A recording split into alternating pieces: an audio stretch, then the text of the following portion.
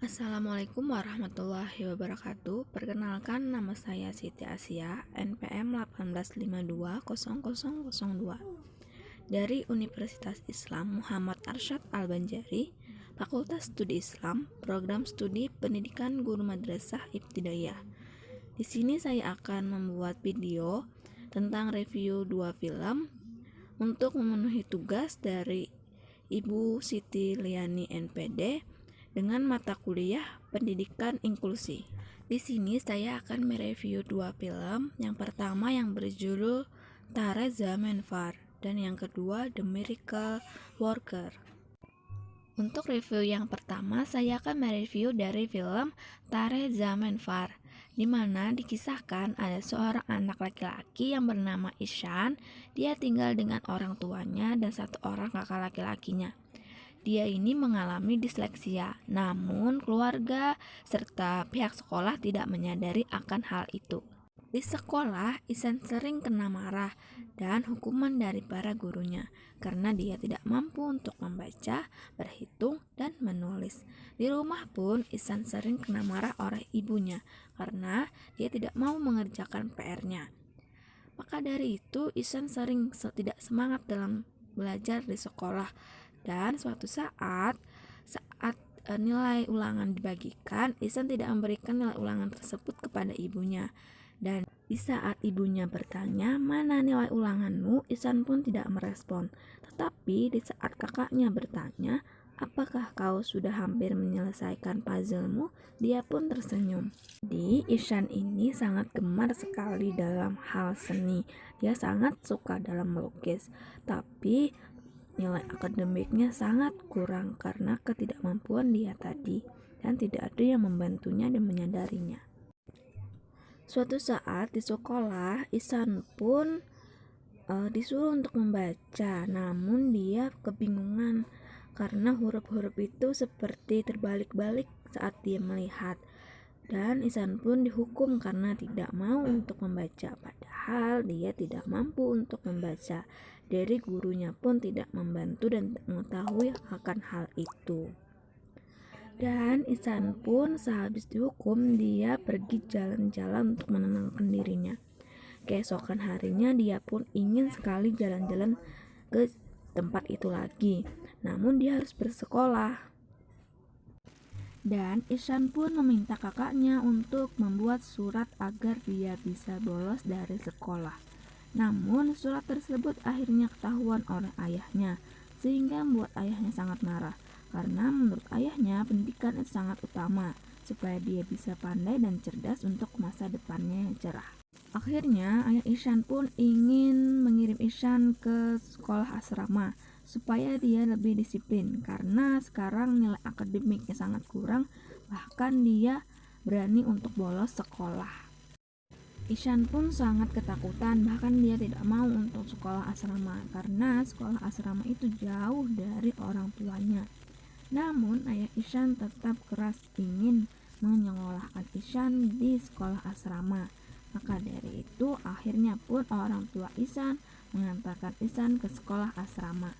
Di sekolah asrama, Ihsan pun tampak lebih murung dan pendiam. Dia tidak mau untuk berbicara kepada orang di sekitarnya. Dan nilai akademiknya pun tidak ada kemajuan karena pola pelajaran di sekolah asrama lebih keras dan belum mengetahui bagaimana Ihsan. Namun Ihsan memiliki seorang teman yang menyandang tuna daksa. Nah, temannya tersebut sering sekali mengajak Ihsan berbicara, namun Ihsan pun kadang menghiraukannya. Pada suatu saat ada seorang guru baru yang bernama Guru Ram, di mana dia memiliki pola pembelajaran yang sangat berbeda daripada Guru Ram. Di mana pola pembelajaran Guru Ram sangat menyenangkan dengan memulai pembelajaran dengan bernyanyi, menari, sehingga anak-anak lebih termotivasi dalam belajarnya dan semangat mereka pun semakin meningkat. Namun Ihsan tetap berdiam diri di kursinya. Dan setelah itu Guru Ram mempersilahkan anak muridnya untuk melukis. Namun di saat ada yang bertanya, kami melukis apa? Guru Ram pun membebaskan mereka melukis sesuai apa yang mereka inginkan. Dan Guru Ram menghampiri meja Ishan, dan Ishan pun tidak mengerjakan lukisannya.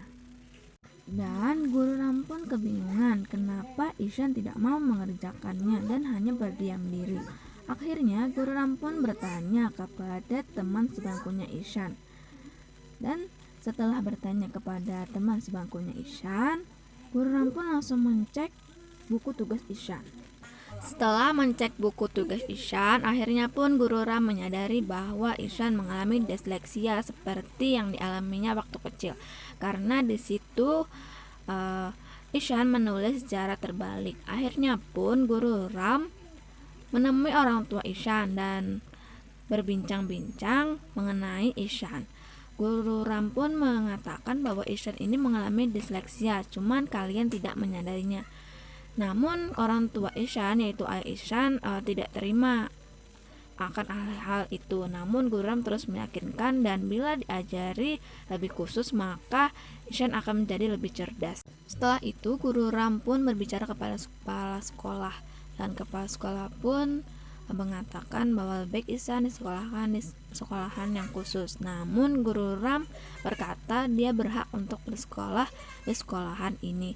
Nah, disinilah bahwa setiap anak memiliki hak yang sama untuk bersekolah di tempat yang sama. Bukan berarti karena dia berbeda dia harus ditempatkan ke sekolah yang khusus.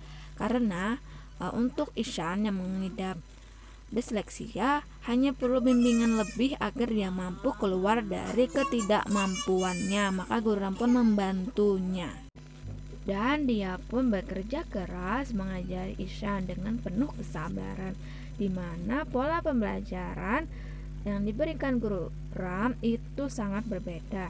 Guru Ram memasukkan seni dalam pembelajarannya. Dengan contohnya, Guru Ram membentuk huruf dengan pasir dan diikuti oleh Ishan dan berbagai macam bentuk pembelajaran lainnya, sehingga Ishan pun dapat mengenal huruf, membaca, menghitung, dan menulis.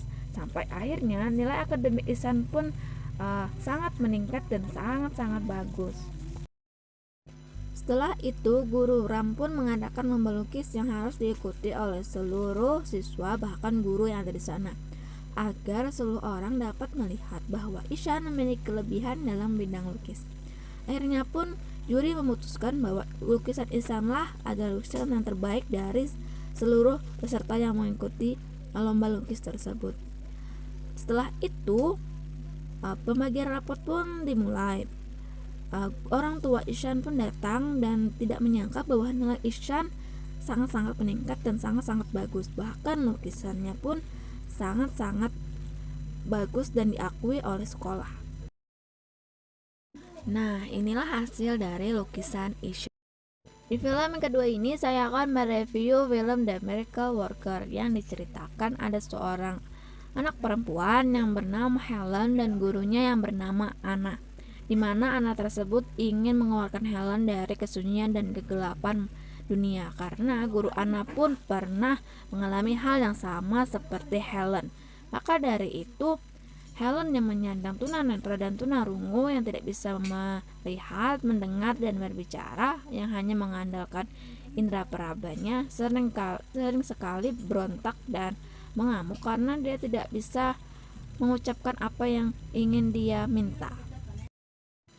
Maka dari itu, jika Helen menginginkan sesuatu seperti cake yang dia gemari, maka dia akan memunculkan tindakan-tindakan yang kurang baik, seperti dia mengamuk, dia melempar barang-barang, bahkan dia juga hampir melukai anggota keluarganya. Setelah itu, guru Anna pun mengajari Helen dengan susah payahnya. Namun, di saat Helen ingin makan sesuatu, guru Hana melarangnya karena Helen menggunakan tangannya. Seharusnya untuk makan harus menggunakan sendok dan duduk di kursi. Maka dari itu Helen pun mengeluarkan tindakan, yaitu adalah mengamuk. Helen pun memukul wajah dari guru Anna, dan guru Anna pun mengulangi hal yang sama kepada Helen.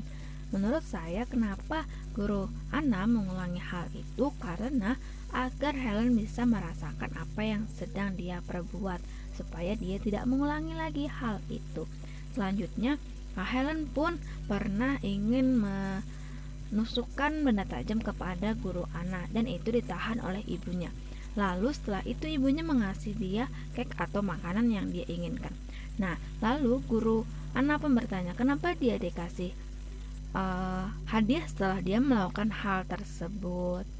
Nah, menurut saya apa yang dikatakan oleh guru Hana tersebut memang benar. Kenapa dia harus dikasih hadiah setelah dia melakukan hal tersebut? Maka dia akan mengulang hal yang sama supaya dia mendapatkan hal yang dia inginkan. Maka dia melakukan tindakan yang kurang baik tersebut. Maka dari itu pola pendidikan di rumah pun oleh orang tua perlu diperhatikan. Guru Anna pun membawa Helen 2 minggu ke rumahnya agar diajari menggunakan bahasa isyarat sebagai alat komunikasi melalui indera perabanya, di mana Helen diajari untuk menggunakan bahasa isyarat seperti yang dicontohkan guru Hana, yaitu jika menginginkan cake dia harus menggunakan bahasa tersebut dengan membentukkan tangannya membentuk huruf cake. Maka dari itu Helen pun mulai terbiasa menggunakan hal itu. Namun setelah pulang ke rumah, Helen pun kembali lagi berontak dan marah.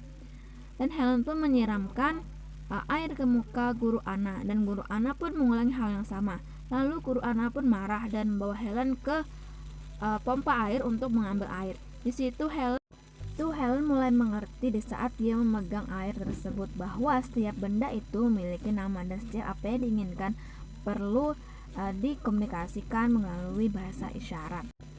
Melihat hal itu, keluarga Helen pun sangat bergembira, terutama ibunya, karena Helen sudah ada kemajuan, Helen sudah bisa mandiri, Helen sudah mampu untuk menggunakan bahasa isyarat tersebut. Nah, disitulah kisah dari Helen Keller dari film The Miracle Worker, di mana guru Anna sangat berperan penting membantu Helen keluar dari kegelapannya, di mana guru Anna dengan sabarnya membantu Helen, mengajari Helen berkomunikasi menggunakan bahasa isyarat tersebut, dan membuat Helen semakin mandiri bahwa apa yang diinginkan perlu dikomunikasikan dengan baik. Jadi, kesimpulan dapat saya ambil dari kedua film tersebut adalah pentingnya pola didik orang tua akan berpengaruh pada perkembangan anak.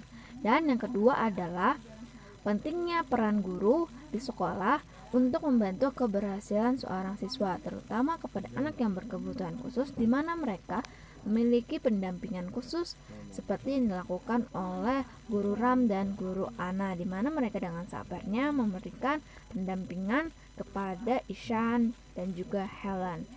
Dan di film Tarzan Mepar dikatakan bahwa setiap anak punya hak yang sama seperti tujuan pada pendidikan inklusi. Terima kasih. Sekian video dari saya, salah hilap mohon maaf. Assalamualaikum warahmatullahi wabarakatuh.